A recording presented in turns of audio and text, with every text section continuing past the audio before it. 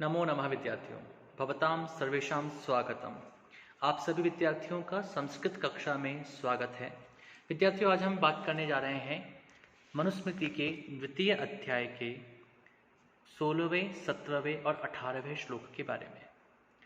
मनुस्मृति ग्रंथ में हम जान चुके हैं कि मनुस्मृति जो है वह वेद को अपना आधार बताता है और वैदिक सिद्धांतों के अनुकूल एक व्यक्ति को किस प्रकार से जीवन जीना चाहिए, इस समाज के, इस राष्ट्र के शासन के क्या नियम होने चाहिए, क्या दंड विधान होने चाहिए, शिक्षा किस प्रकार की होनी चाहिए, उन सभी बातों को लेकर के मनुस्मृति जो है वह हमें उपदेश प्रदान करता है।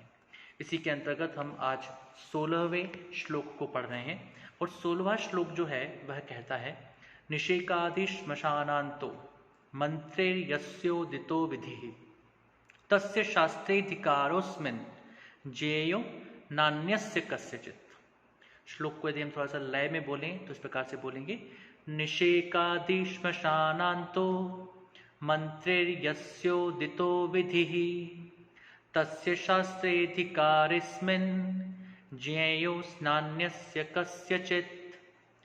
अन्वय इस प्रकार से इसका होगा, यस्य मंत्रैः निषेकादि श्मशानान्तः विधिः उदितः तस्य अस्मिन् शास्त्रे अधिकारः ज्ञेयः अन्यस्य कस्यचित् न। इसका अर्थ करते हैं, शब्दार्थ देखते हैं। यस्य जिसके, मंत्रे मंत्रों के द्वारा अर्थात वैदिक मंत्रों के द्वारा, निषेकादि श्मशानान्तः, हमें पता है कि 16 संस्कार होते हैं और 16 संस्कारों में से जो पहला संस्कार है वह है गर्भाधान संस्कार। तो गर्भाधान संस्कार को ही निषेक संस्कार भी कहा जाता है। निषेक आदि अर्थात आदि के रूप में निषेक जो है, यानी कि निषेक जो है वो प्रारंभ के रूप में भी कह सकते हैं, और निषेक आदि, निषेक जिसके प्रारंभ में है ऐसे संस्कार, और उसका अंत कहां पर है तो श्मशान अर्थात अंत्येष्टि संस्कार। तो गर्भाधान से लेकर के अंत्येष्टि संस्कार पर्यंत विधि क्रियाकलाप उदितः कहे गए हैं। तस्य उसका, अस्मिन इस शास्त्रे शास्त्र में, अस्मिन शास्त्रे तथा इस शास्त्र में, अधिकारः अधिकार, स्वत्व, ज्ञेयः समझना चाहिए, जानना चाहिए, अन्यस्य कस्यचित् न, अन्य किसी का भी नहीं। अर्थात यहाँ पर मनुस्मृति में महर्षि मनु स्पष्ट करते हैं कि यहाँ पर हम जिन चीज़ों का वर्णन करने जा रहे हैं वे सभी के सभी कार्य जो हैं वे कार्य मानव जीवन से जुड़े हुए हैं, मानव जीवन से संबद्ध हैं, और मानव जीवन में गर्भाधान से लेकर के श्मशान अर्थात अंत्येष्टि संस्कार तक जो भी कार्य, जो भी कर्म, जो भी कर्तव्य एक मानव के होने चाहिए, उन सभी कर्तव्यों को, उन सभी शासनादेशों को, उन सभी उपदेशों को जो कि वेद सम्मत होंगे, वैदिक मंत्रों के द्वारा प्रतिपादित किए गए होंगे, उन्हीं वेद सम्मत सिद्धांतों को, कर्तव्यों को, कर्मों को, कार्यों को यहाँ पर वर्णित किया जा रहा है। तो यहाँ पर 16 संस्कारों की महत्ता को भी बताया गया है, और 16 संस्कार जो है वे मानव जीवन के प्रमुख अंग हैं, और मानव जीवन का संस्कारित जो स्वरूप हमें यहाँ पर दिखाई देता है उसका कारण भी ये 16 संस्कार ही होते हैं। इसलिए इन 16 संस्कारों की बात की गई, और साथ में महर्षि मनु के द्वारा स्पष्ट किया गया कि जो भी यहाँ पर बात कही जा रही है वह बात वेद सम्मत है, वैदिक सिद्धांतों के अनुकूल है। तो इस प्रकार से हम यहाँ पर देखते हैं कि इसका जो हिंदी अर्थ है वह इस प्रकार से हम कर सकते हैं कि जिस व्यक्ति वर्ण का गर्भाधान से लेकर अंत्येष्टि पर्यंत सभी क्रियाकलाप वैदिक मंत्रों के द्वारा संपन्न करना बताया गया है, उसी व्यक्ति को इस शास्त्र के अध्ययन में अधिकार है।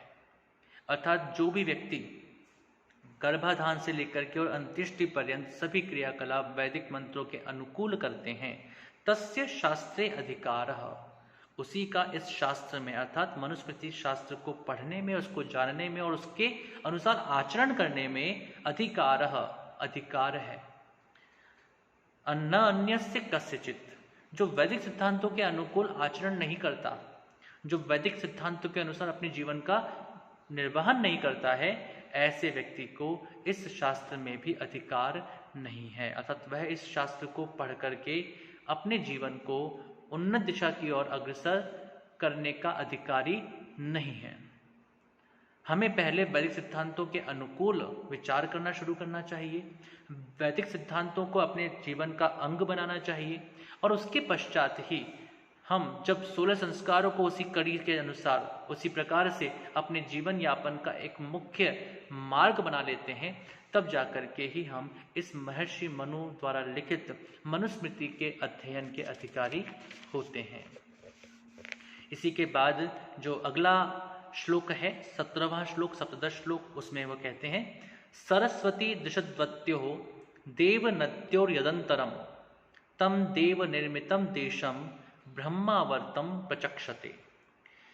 अर्थात वे कहते हैं कि जो धर्म का स्वरूप हमने आपको बताया, उसके प्रमाण के बारे में बताया, उसकी परिभाषाओं के बारे में बताया, अब जो इस धर्म के अनुसार आचरण करने वाले स्थान के बारे में भी बताने का यहाँ पर बात कर रहे हैं। तो वे कहते हैं कि सरस्वती दिशद्वत्यो देवनत्यो यदंतरम तम देव निर्मितम देशम ब्रह्मावर्तम प्रचक्षते।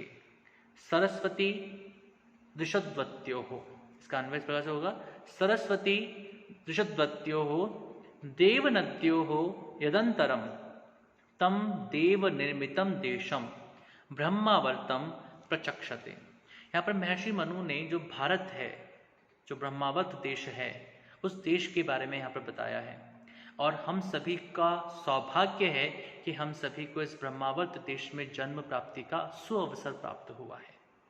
तो यहाँ पर वो कहते हैं कि सरस्वती दिशद्वत्यो हो, सरस्वती और दिशद्वती इन दोनों नदियों के, देव नद्य हो, ये दोनों देव निर्मित जो नदियां हैं, दोनों नदियों के यदंतरम, जो यत अंतरम अर्थात जो इन दोनों के बीच में मध्य में स्थित है, तम उसी को, देव निर्मितम देवताओं के द्वारा निर्मित, देशम स्थान विशेष को, ब्रह्मावर्तम ब्रह्मावर्त प्रचक्षते कहते हैं। तो यहाँ पर वे ब्रह्मावर्त को परिभाषित करने की बात करते हैं, और यहाँ पर वे कहते हैं कि सरस्वती और त्रिशद्वती इन दोनों नदियों के मध्य में जो स्थित है उसी को ब्रह्मावर्त कहा गया है।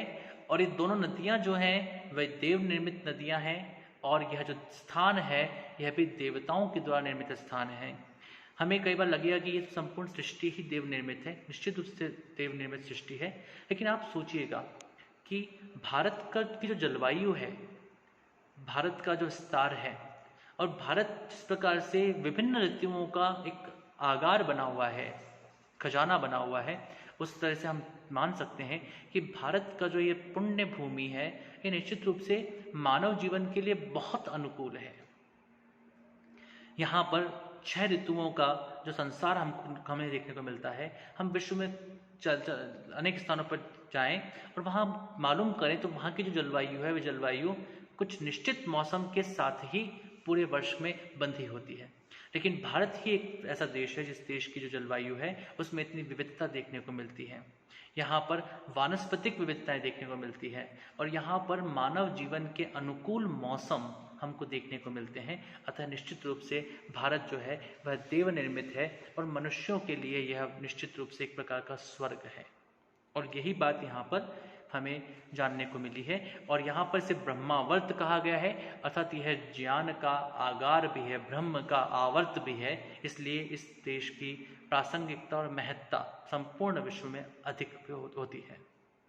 इसी के पश्चात अगला श्लोक जो है 18वां श्लोक, उसमें वह कहते हैं तस्मिन् देशे य आचारः पारंपर्य क्रमागतः वर्णानां सांतरालानां स सदाचार उच्यते। यहाँ पर सदाचार क्या होता है, उस सदाचार को बताने के लिए महर्षि मनु लिखते हैं तस्मिन् देशे य आचारः पारंपर्य क्रमागतः वर्णानां सांतरालानां स सदाचार उच्यते।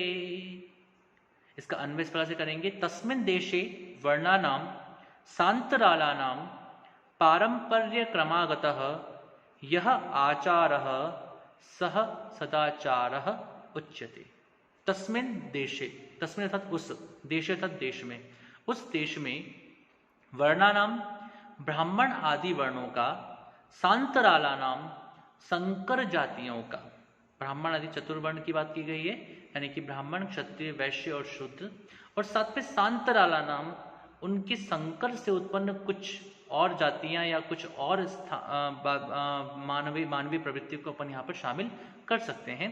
पारंपर्य क्रमागत है, वे परंपरा से समागत, यह जो आचार, आचार या व्यवहार, सह वह, सदाचार सदाचार उच्यते कहा जाता है।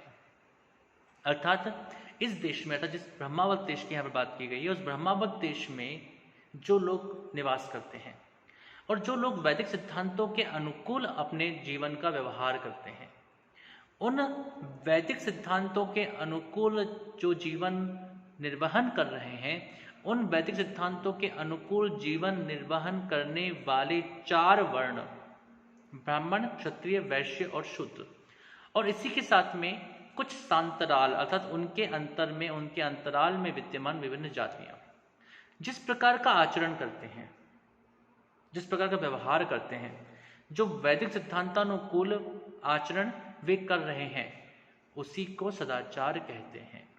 एक सदाचार को परिभाषित करने के लिए महर्षि मनु ने बड़ा ही सुंदर तरीका निकाला और उन्होंने कहा कि इस ब्रह्मावर्त देश में निवास करने वाले लोग जो कि वैदिक सिद्धांतों के अनुकूल 4 वर्ण अर्थात ब्राह्मण, क्षत्रिय, वैश्य और शूद्र के अनुसार आचरण करते हैं, और साथ ही कुछ अन्य इसी के मध्य में विद्यमान जातियां जो हैं, संकर जातियां जो हैं, वो जिस प्रकार का आचरण करते हैं, उनका जो परंपरा से चला आ रहा आचरण है, जिन जो उपदेशों को, पूर्व में दिए गए उपदेशों को मान करके अपने जीवन का निर्वाह करते हैं, वही सदाचार कहलाता है। तो हमें सदाचार को यदि जानना है तो ब्रह्मावर्त को जानना होगा, ब्रह्मावर्त को जानना है तो वैदिक सिद्धांतों को जानना होगा, वेद शास्त्रों को समझना होगा, और यदि हम वेद शास्त्रों को समझेंगे, उसके अनुसार आचरण करेंगे, तो हम स्वयं सदाचारी बनते चले जाएंगे।